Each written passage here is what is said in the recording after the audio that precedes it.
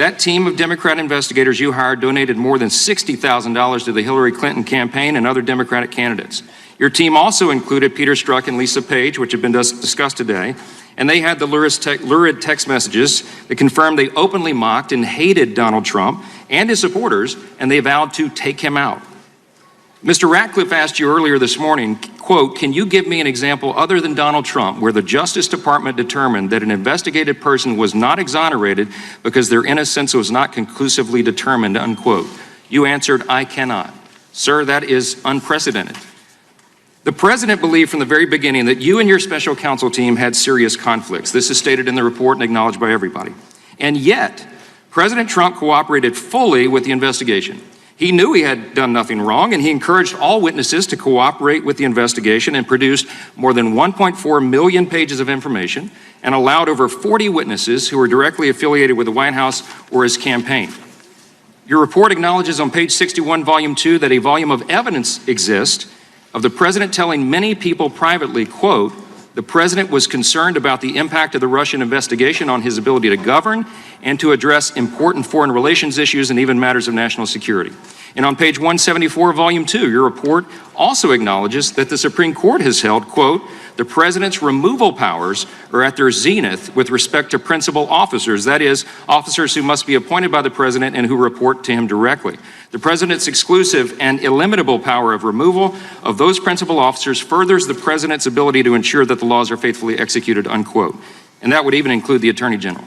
Look, in spite of all of that, nothing ever happened to stop or impede your special counsel's investigation. Nobody was fired by the president, nothing was curtailed, and the investigation continued unencumbered for 22 long months.